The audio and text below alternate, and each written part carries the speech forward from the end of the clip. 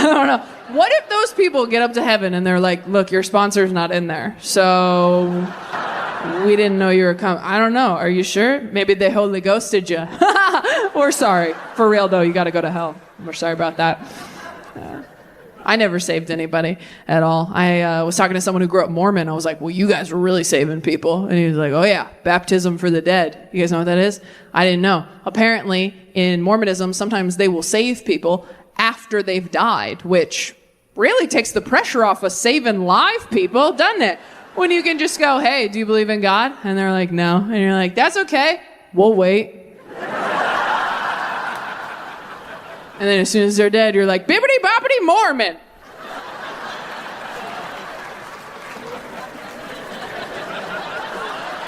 This is how you get a soul to heaven, right?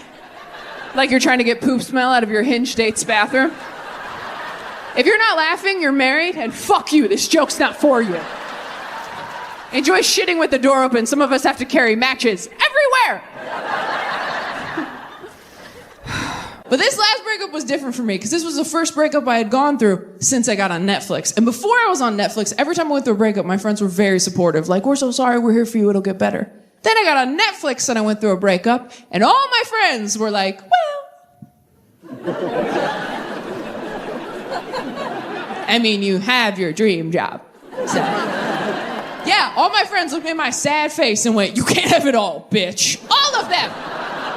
And I was so offended. And then I thought about it for a minute, and I was like, you know what? I don't want anybody to have it all either. None of us do. It's why they keep putting out Marilyn Monroe documentaries where they're like, she's actually pretty sad. And we're like, yeah, she fucking was. Nobody wants anybody to have it all. If someone has their soulmate, you don't want them to have their dream job too. If someone has their dream job, they don't get to be in love on top of that. If someone has their dream job and their soulmate, bare minimum their parents better be divorced. I'd prefer they were an orphan.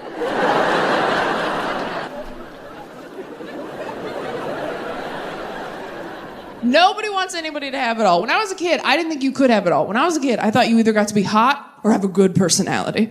I thought that's how people were divided. I thought life was fair. And that got me through a lot of ugly years as a child where I'm like, it's okay that I'm not more symmetrical because I have this great, awesome personality that will surely reveal itself any day now. It's coming with my period and my Hogwarts letter. I can feel it. And that got me all the way to 6th grade when I met my friend Krista, and she was pretty and funny and smart and nice. And that's when I stopped believing in God. But so many of my friends said a version of this to me after my last breakup that I actually started to feel really guilty. Because you know what, DC? This is my dream job. I can't believe I'm filming my 3rd Netflix special tonight. I cannot believe been so insanely lucky in my career. And the more I thought about that, the more I was like, yeah, Taylor, nobody has every single thing going for them as a person. You have been so blessed. Be grateful for what you have. Focus on that. Nobody gets to have it all. And then I saw Hugh Jackman in person. And I was like, oh, I guess you can have it all, but there's none left because God gave it all to you. Hugh Jackman is a perfect specimen of a human man. Seeing him in person was a religious experience. It changed me. It was like seeing the Grand Canyon. I think everyone should do it at least once before they die. He is a wonder of the world, that man. It was like seeing Niagara Falls. You can bring the whole family, you get a little wet, but it's fun. It was. Here's what happened. So about a year and a half ago, we were in New York City doing shows on tour, and we had an off night in between theater shows. So me and my buddy Dustin and his wife Melissa and a few of our other friends who are also happy went to go see The Music Man on Broadway, which was starring Hugh Jackman. Was it a good show? I don't know, but Hugh Jackman was there the whole time. They should have called the show, "We Got Hugh Jackman in a Room. Who Wants to See Him?" The show was great. At the end of the show, they're doing curtain calls. All the actors are taking their bows. One of the actors steps forward and goes, "You've come on a very special week because tonight we're raising money for an amazing charity called Broadway Cares. And tonight Hugh is going to sign the pair of gloves he wore in the show. And we're going to auction them off to the highest bidder." And I looked at my friends and I was like, I mean, I have money. And they were like, "Really? This is what you're going to spend the Netflix money on, huh?" And I was like, "Well, I don't have a family." There's no one else here, and I've already had braces. If I can't have it all, I'm gonna have those gloves. Also, I just thought it would be hilarious as a bit because everybody asks you when you get on television, they're like, what'd you spend that money on? Did you buy a new jacket? Did you buy a new car? And I'm like, how funny would it be if my first big TV purchase was a pair of sweaty gloves worn by Wolverine, right? It's like, what am I, a man? So dumb. So I start competing in the auction, and I'm doing pretty well because I got nothing to lose and no one to live for. And I'm doing so well that it gets down to me and just two other bidders. It gets down to me, an older woman towards the front, and I kid you not, Jake from State Farm. That is 100% true, that detail, and I hesitate to include it because it makes the story sound like a dream I had once. It's like, so in the dream, I'm trying to get Hugh Jackman's gloves. But then Jake from State Farm's there. He thinks he's going to get them. I'm like, fat chance, commercial boy. Those gloves are mine. Then Flo from Progressive rides in on a horse for some reason. But whoops, who's that? Tony the Tiger pops a wheelie on his motorbike. All cash offer. Can't beat Tony. That's old money. So it is now down to me, this woman, and Jake. I think what happened next was, I think Jake could tell that me and this woman needed the win more than he did. So, like a good neighbor, State Farm backs out. It is now down to me and this woman. We are ping-ponging back and forth, back and forth. I think I blacked out for a minute because when I came to, we were at a number that I've not agreed to pay since college. So exactly like college, I'm like, oh, this is crazy. I'm not going to finish.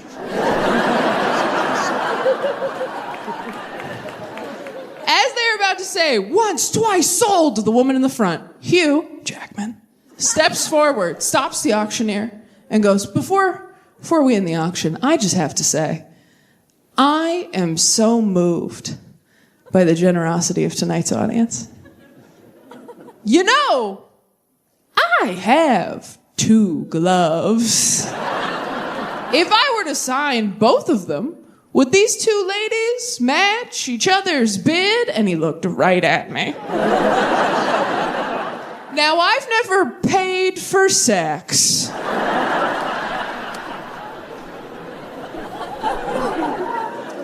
But I did drop $7,000 on eye contact with Hugh Jackman.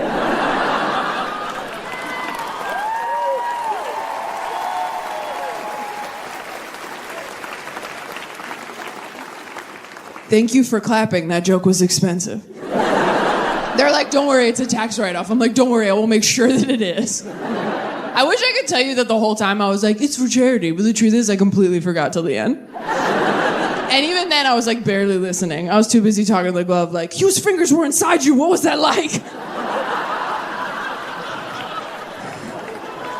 He's surprisingly gentle. I knew it.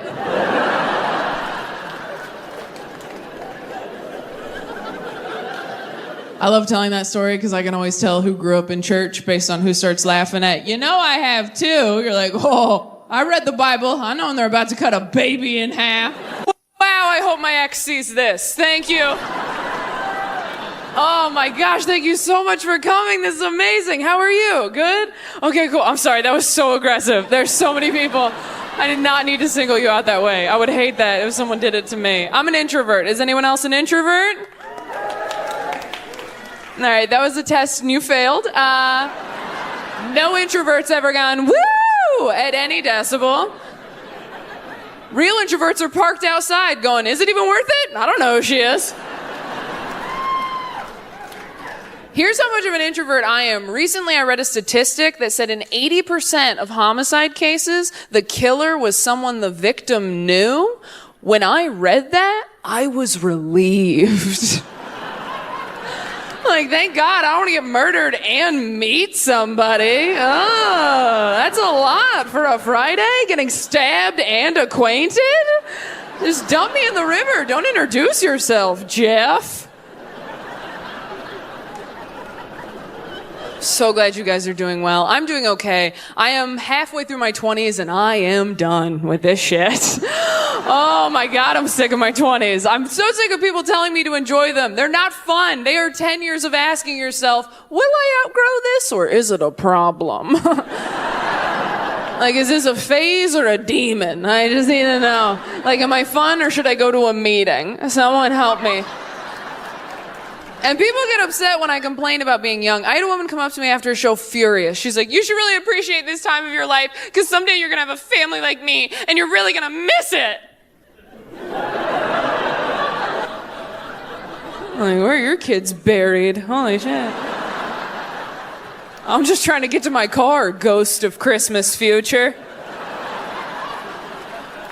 And if you're sitting there going, Taylor, you should be grateful. I miss my 20s. No, you don't. What you miss is a time in your life where you didn't have a lot of responsibilities because nobody expected anything from you. But do you remember why nobody expected anything from you? Because you sucked. That's what everybody forgets about your 20s. You were garbage. Thinner garbage, but you were garbage. You have no intuition, no instincts, you can't make decisions, only mistakes. That's why you're thin in your 20s. You don't have a gut to listen to yet. There's no mystic bad feeling under your ribs going, hey, maybe don't date a DJ again. Nobody expects me to do shit right. I'm like, what can I bring to the potluck, Nana? She's like, napkins, can you handle that? Dry ones this time.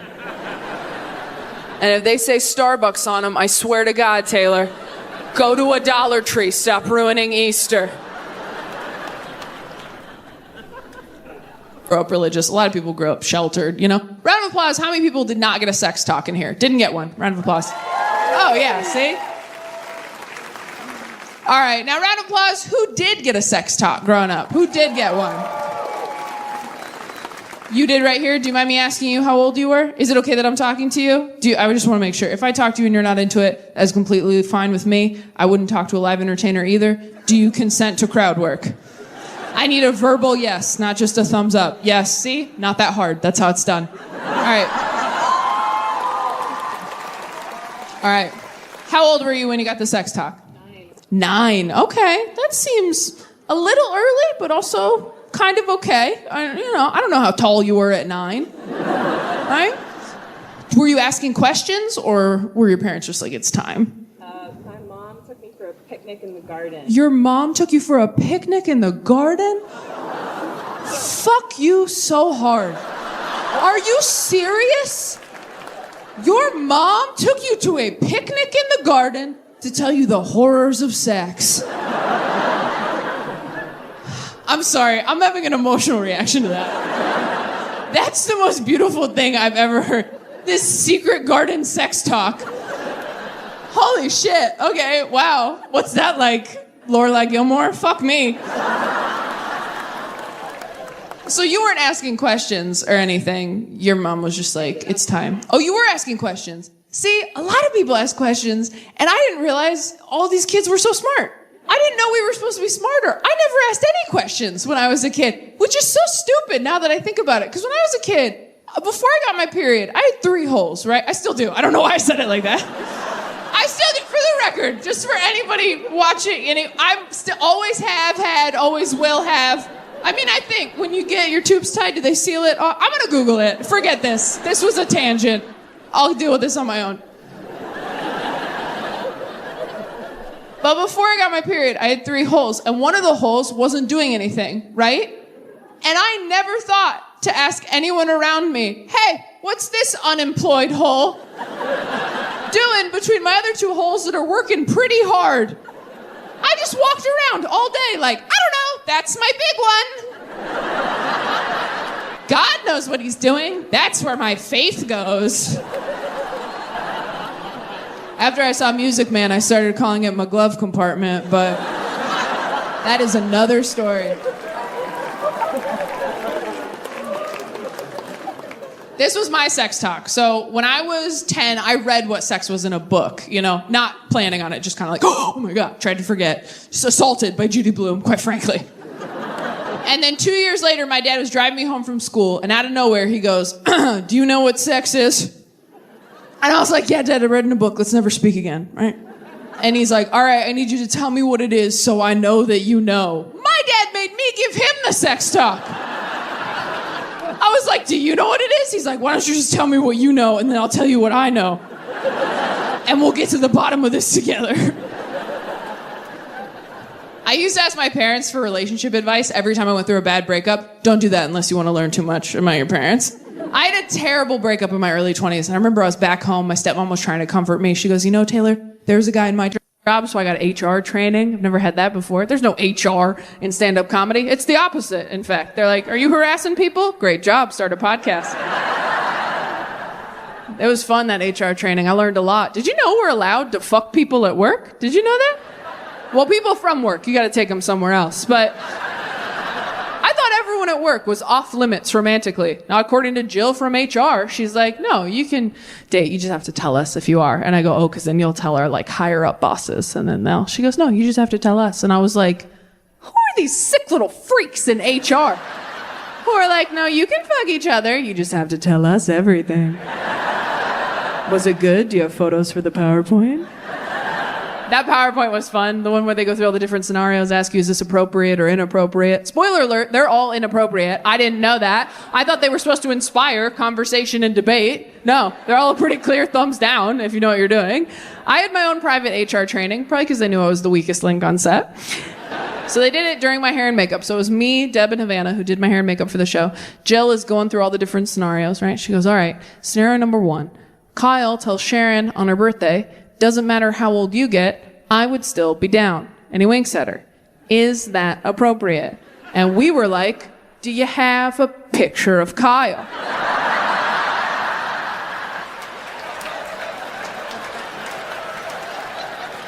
Is it the next slide? How tall is Kyle? What's he smell like? What's he working with? How old's Sharon? Is she ovulating? We don't have enough information to answer the prompts, Jill. In that joke that I have trouble sleeping, DC, please, for the love of God, do not DM me articles after this show.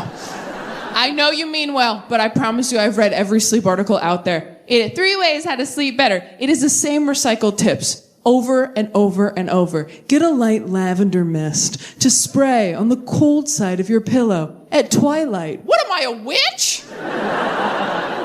Make sure it's really dark and quiet in your room at night. Oh my God, it's supposed to be dark? I'm such a dumb bitch. I've been sleeping under a disco ball because vibes. I didn't know. Okay, dark, quiet, check. Fixed!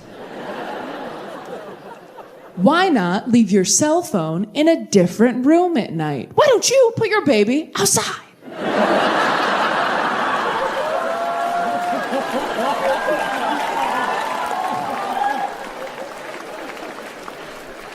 This is not to say that I'm against sleep advice. I'm just jaded, you know? I think I feel the way about sleep tips the way a lot of men feel about porn, where I'm like, no, I've seen all the basic stuff. Send me something weird. Now I'm going to ask this question, and let me preface this by saying it's totally okay if nobody has an answer. I ask every audience every night. It's nothing weird. If you think that you have a weird sleep tip that I've never heard of, I've read every article, I've listened to every podcast, I've seen a lot of TikToks, I ask this question to every audience every night of this tour. If you think you have a weird sleep tip that I have never, ever heard of, I would love for you to raise your hand and tell me what that is. That being said, if anybody raises their hand and goes, have you tried the Calm meditation app? I will have you removed.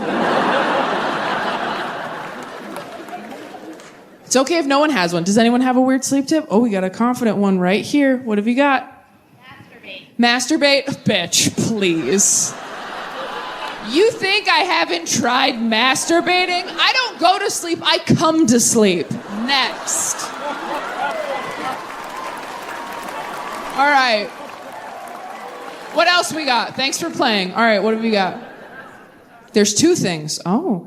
And I do them in order. Okay. You have to do a handstand. I have to do a handstand against the wall? Okay, yoga. No. This sounds like I need to be hotter for this. I can't. All right. I just want to hear the end. So you do a handstand against the wall. Yeah. Just for a couple seconds. Okay. Yeah, just easy breezy, beautiful cover girl. This is how hot people talk. They're like, just do a handstand for 10 seconds. This is no big deal. You're like, some of us are top heavy. All right. Anyway, sorry. Go ahead. And then you sleep upside down. Okay, I haven't heard the handstand part, but I have heard sleep upside down because it changes the bed. Yeah. It confuses your body. Yeah, confuse yourself to sleep. Okay, that's fine. I've half heard that one. Okay, so, we'll half give it to you. Anybody else think they have a weird one? Like, really weird? It's okay if nobody does. I'm just curious. Okay, who said woo? All right, do it. What do you got? Listen to him talk. Listen to who? This guy. Listen to the guy you're with talk? Are you trying to get left? Or are you trying to offload your partner right now? Like, this one's available if he just talks and talks and talks. You fall asleep eventually. This bit right here. Wow, okay. That was fun. We all stepped in a divorce. Wasn't that a good time? That's the first time that's happened when I asked that question. Every night of the tour. Never gotten one of those. I can take this boring piece of shit home.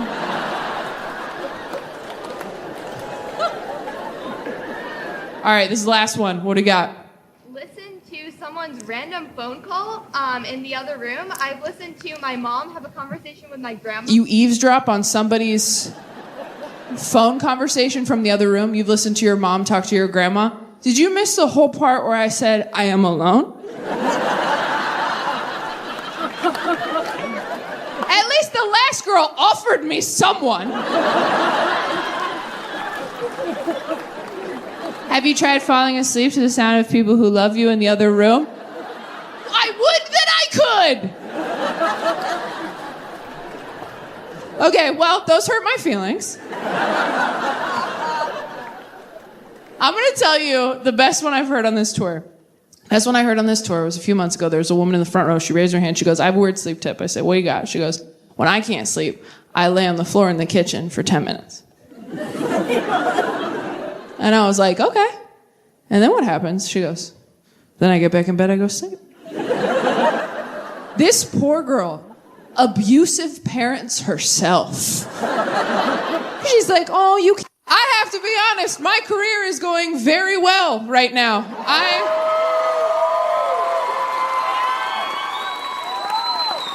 This is the last night of the biggest tour I've ever done. I am filming my third Netflix special tonight, and recently someone was using my name and photos on a dating app. It was me, I was doing it. Went through a breakup, got on a dating app. Why? Because my married friends told me to. If you're single, your married friends don't want you to be happy. They don't. They want you on those apps because the apps look fun and they can't go on them. So they want to stand behind you like a kid at an arcade with no fucking quarters while you fight for your life out there. They're like, go left, go right, go left, go right. You're like, do you want to play? They're like, more than anything. But I have the high score, so it wouldn't be fair. Your married friends don't want more married friends. Nobody wants more married friends. I'm sorry if you're married, and I know you're up front because 2-income household. Nobody wants more married friends, okay? Because your life updates are boring. I'm happy you're settled. Good for you. You know who has fun life updates? Your single friends, because we're out there in the trenches making mistakes named Trevor, usually. Have you asked your married friends what they did over the weekend? You're like, what'd you guys do this weekend? They're like, oh, just woke up next to my soulmate again. Then you ask your single friend, you're like, what'd you do this weekend? They're like, I woke up in a shallow grave. You're like, why are you proud of that? Did you have sex in a grave? They're like, why do you think we dug the grave? Do you guys have that one single friend who thinks she's really hot and fun, but she's actually just in constant danger all the time? That one girl, every time she tells you a dating story, you're like, oh my God, okay. No, we're not judging, but maybe just share your location with us indefinitely. I have one friend like that. Every week she tells me the scariest stories I've ever heard in my life. Just like, I had the hottest date Friday, Taylor. I'm making out with this guy at a bar, so sexy. Takes my hand, he's like, let me show you something. Pulls me back through the kitchen, into the back alley, pulls out his huge gun. Points it right at my face, like, give me your phone, your keys, and your wallet. I'm like, okay, kinky, I'll try anything once, right? He hits me in the head. I wake up 30 minutes later, alone in a puddle. I have to hitchhike home. Oh my God, I am such a Samantha. I'm like, okay, we think you got mugged, babe. We think... She's like, mugged? Oh my God, you're such a prude, Taylor. He's gonna call me. He has my phone. Seriously, you'll meet him. He took my breath away. We're like, no, he knocked the wind out of you. Your friends always say the dumbest shit when you go through a breakup, trying to be helpful, right? Like, well, why don't you just date yourself? Because you told me not to settle. What the fuck? I can do better than me. Why can't can't you just be single for a year? Why can't you go for a walk without headphones? Because you'll think about death the whole time. Exactly. Really good. That was not the feedback I kept getting from romantic partners, by the way. That's not what finally made me get help. Every guy I've ever dated has told me I have trust issues, which is something liars say when you're onto them.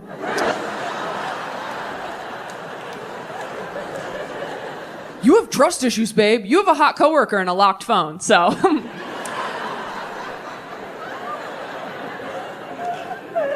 I have trust issues, but I earned them, okay? I absolutely earned them. Like, I got cheated on in college. My college boyfriend was sleeping with sex workers behind my back, or prostitutes if you're old and don't know that word's not okay to use anymore.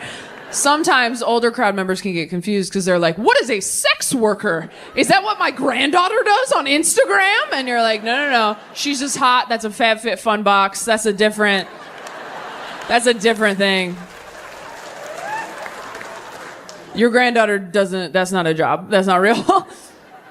You can't say prostitute anymore. Calling a sex worker a prostitute is like calling a comedian a clown. You're not technically wrong, but you are a fucking asshole. So... But I told my therapist I got cheated on like this, and she didn't say what I wanted her to say, which was, poor baby sweetie, this session is free. Instead, she goes, well, you might be a self-fulfilling prophecy. And I was like, oh. And she's like, no, it's a bad thing. And I was like, oh. Well, then could you say I have self-fulfilling prophecy? Is Selena Gomez a self-fulfilling prophecy? And I said, what does that mean? I'm a self-fulfilling prophecy. And she goes, well, sometimes we expect someone to treat us poorly, so we treat them like they're going to treat us poorly until they do. You thought someone was going to cheat on you, so you treated them like they were going to cheat on you until they did cheat on you. And then you were like, see? And I was like, oh, so I'm a witch.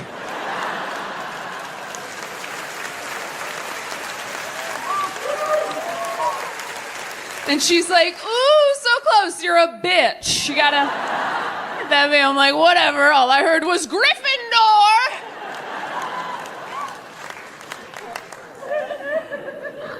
I am working on my trust issues. I was so much worse when I first started seeing my therapist. I told her, like, first session, I was like, the guy I'm dating keeps answering my phone calls, hey, beautiful? And she's like, so what's the problem? I was like, I mean, I don't know yet.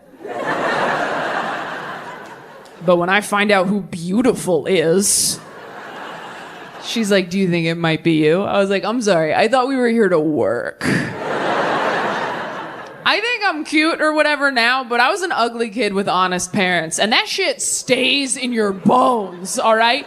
If you were an ugly kid with honest parents, I don't care how attractive you grow up to be. At any point, if someone's like, you look really nice today, you're like, yeah, whatever, I know the goddamn truth. When I was 10, I said, Dad, am I pretty? And his response was, look. I'm not the best looking guy, right? No, but I wake up every morning and I try. I take a shower, I put on a nice suit, and I do okay. And then he went to work. And I became a comedian, I guess. That was his response to his 10-year-old daughter. Just like, you and me, potato face. These are the cards we were dealt. Get clean and match. That's all you can do. Don't sleep on wet hair. Can't do that. Maybe wear a hat sometimes. Cover up some of that head. I'm sorry, there's so much of it. I think I'm pretty. I have a big head. I know I do, because every guy I've ever dated has made a point to be like, I love your big head. That's my favorite thing guys do when they compliment the thing you hate most about yourself. They're like, I love your soft arms. You're like, okay. Yeah? I love your weird balls. How does it feel? How does it feel to be accepted? I'm a nightmare to date. Anything nice you do or say, I'm just like, whatever. I dated a guy once who told me that flirting with me was like punching water. And I was like, why? Because it's pointless or because you look stupid doing it? He's like, did you hear it? I'm like, I heard it that time. Yeah. And then he cheated on me. So, you know, prophecy fantasy fulfilled. I can't help it. At the beginning of a relationship with a guy, I just assume anything nice he does is a move he pulls on everybody. And I'm not gonna fall for your choreography, sir. I'm like, oh, is this your move? You open the car door for me on the date? This is like your move. This is how you do it. It's cute. Bet that works a lot. Oh, is this your move? You go with me to my grandpa's funeral, hold an umbrella over my head in the rain? This is like your move. This is how you do it. Like, oops, don't get wet. Oops, I am. Whatever.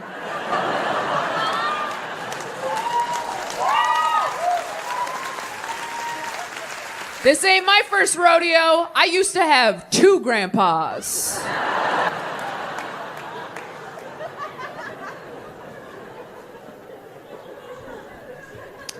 Oh, is this your move? You die next to me in a hospital bed at 86 years old, holding my hand for all eternity? This is like your move? This is how you get pussy? He's like, we've been together for 60 years. I'm like, you're a fuckboy, and I know it. Don't bury me with this guy. He's been dying with other people behind my back. I can't prove it. Check his phone when he uses the bedpan. I think the biggest difference between having sex with men and women is when you're having sex with a woman, you're there the whole time. You know? Because you know how with a man you can kind of just like,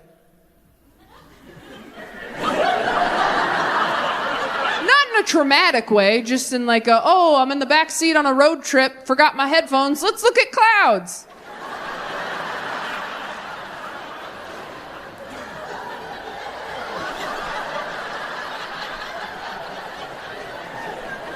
Huh? I did. Yeah, absolutely. Yes. Oh my God, yes. A big one. A huge, big, quiet, but big. It's just silent but deadly. I love those. Thank you so much. I've never faked an orgasm because I think our generation got enough participation trophies, but I don't judge you if you have to. We've all been there, right? When it's going too long. If you want to fake an orgasm, here's a little tip from me to you. Just hold your breath for as long as you can.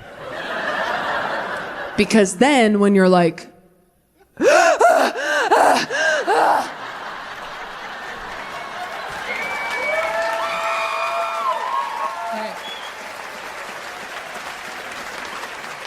it'll seem like you came when really you just came up for air. That's how you get rid of hiccups and Jeremy.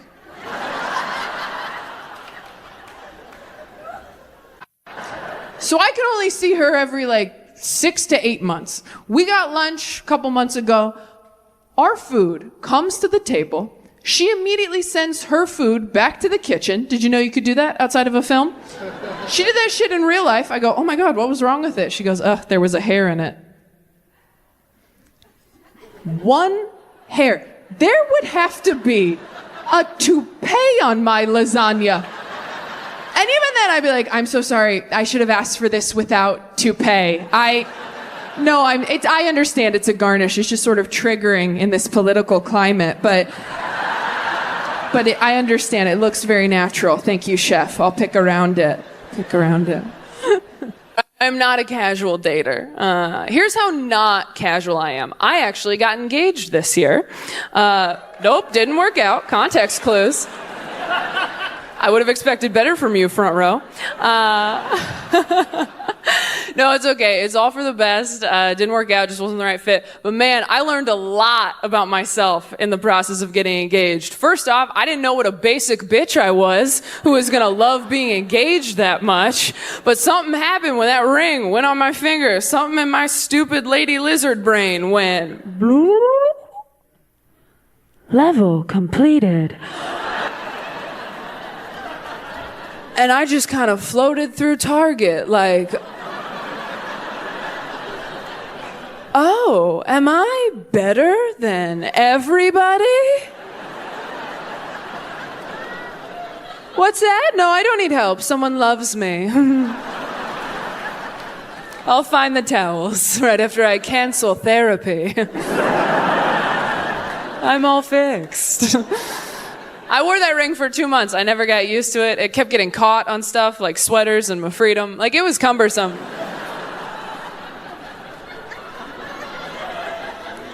It also just didn't look right on me. It was a diamond on this. It looked stupid. I looked like a rescue dog in a Gucci sweater. It was so dumb. I mean, I had a friend who goes, "Are you afraid you're gonna get mugged?" I'm like, bitch, I look like I stole it. Are you serious? I knew I was too young to be getting married because people kept telling me that I was. I had so many people that were like, "I got married at 25. Don't know if I'd do that again." I'm like, "Aren't you guys still together?" They're like, "Yeah."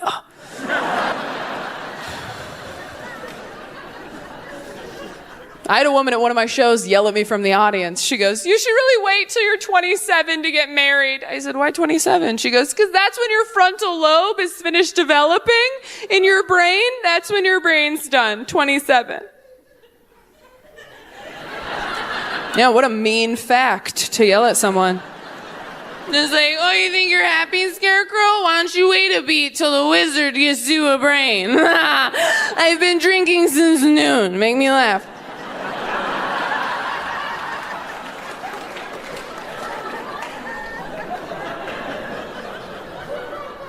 But I Googled it, and that fact is real.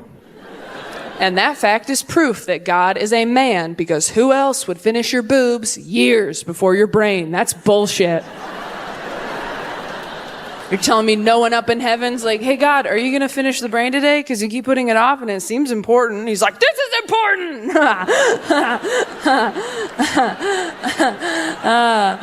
Don't tell me how to do my job. I'm God, damn it. I'm gonna make one of them bigger for like 8 years.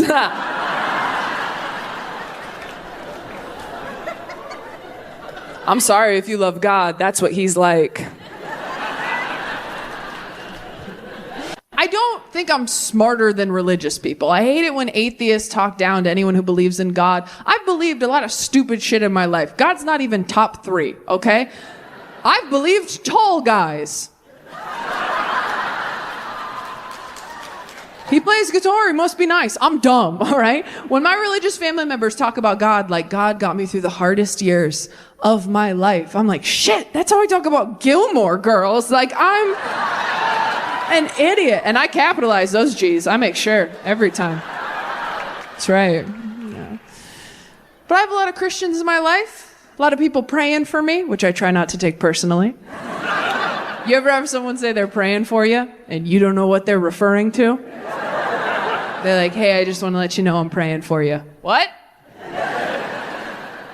I'm not sick. Oh yeah? Well, I'm praying for you. What do you think about that, Bev? Heard you need it, bitch.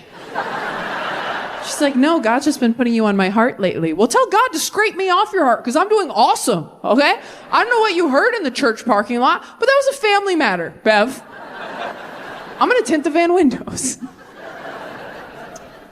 I have a lot of cool Christians in my life. My biggest issue with church wasn't that they wanted us to save people. It's that they wouldn't let you make a good point, right?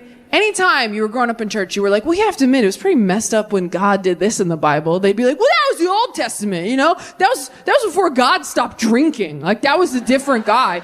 Yeah, he's kind of a fuckboy back there, and then he had a kid, and he's like, I'm different now, you know? He's like, I was in a fraternity. Of course I was drowning people. Like, it's people change."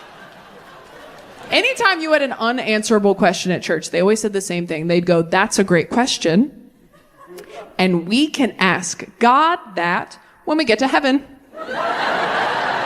Which, like, if you were God, how pissed would you be that they were sending people up to heaven like that with a bunch of questions for you? You're God. You made everything and everyone. You probably just want to do the ta-da heaven part. And now every time someone dies, you have to do a press conference?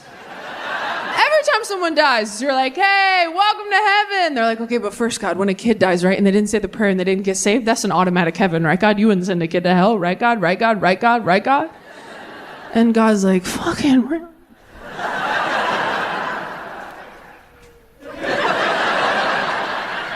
So, Seriously, dude, you're in heaven, bitch. Do you go to Disneyland? Like, hope all the workers get benefits. Like, shut up.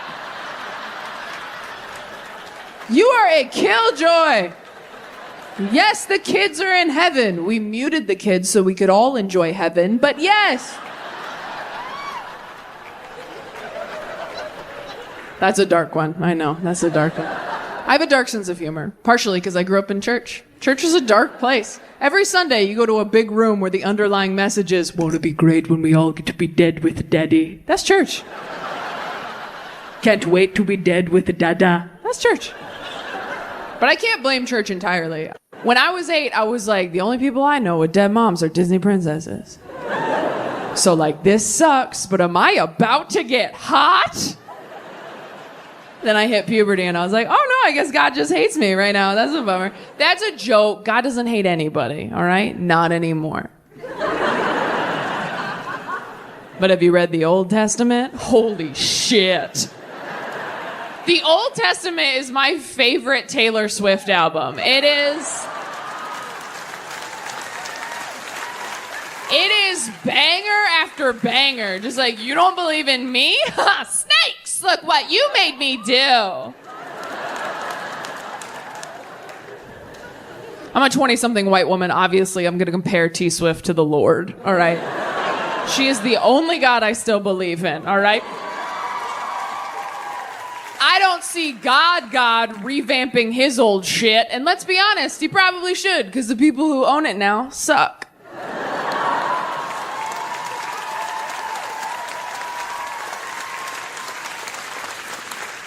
It does grow you up very quickly, losing a parent that young. I mean, I saw a dead body when I was 8, which means I saw a dead body years before I saw a dick. And that is not the order this shit should go in, according to the American Girl Body Book.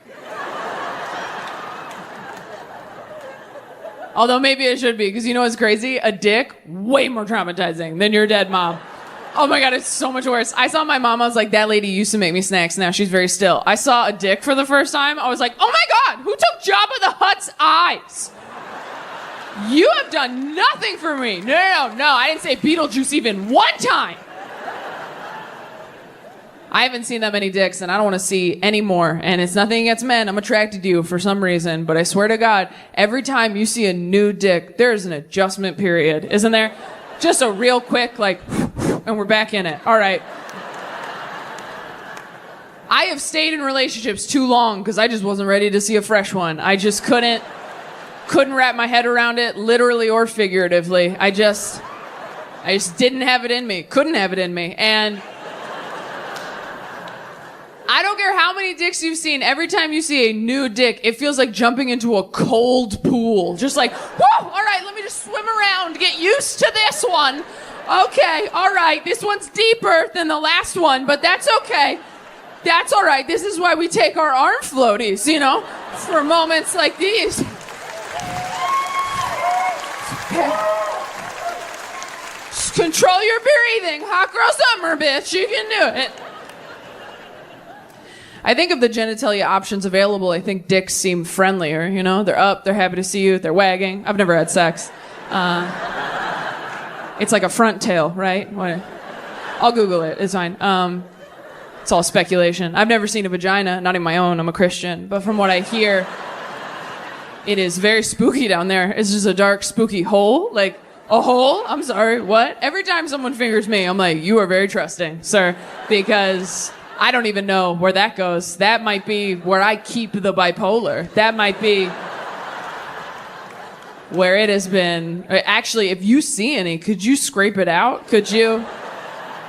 Just like a mental health pap smear? Can you just do? Don't do that. Like, you gotta hook your finger. Like when a baby's choking, are you familiar? If you do that, it'll push it in too far. It's too late. But if you hook your finger, you swipe it, that's how you get it out. I like doing that joke because it goes too far, but you do learn something that could save a life.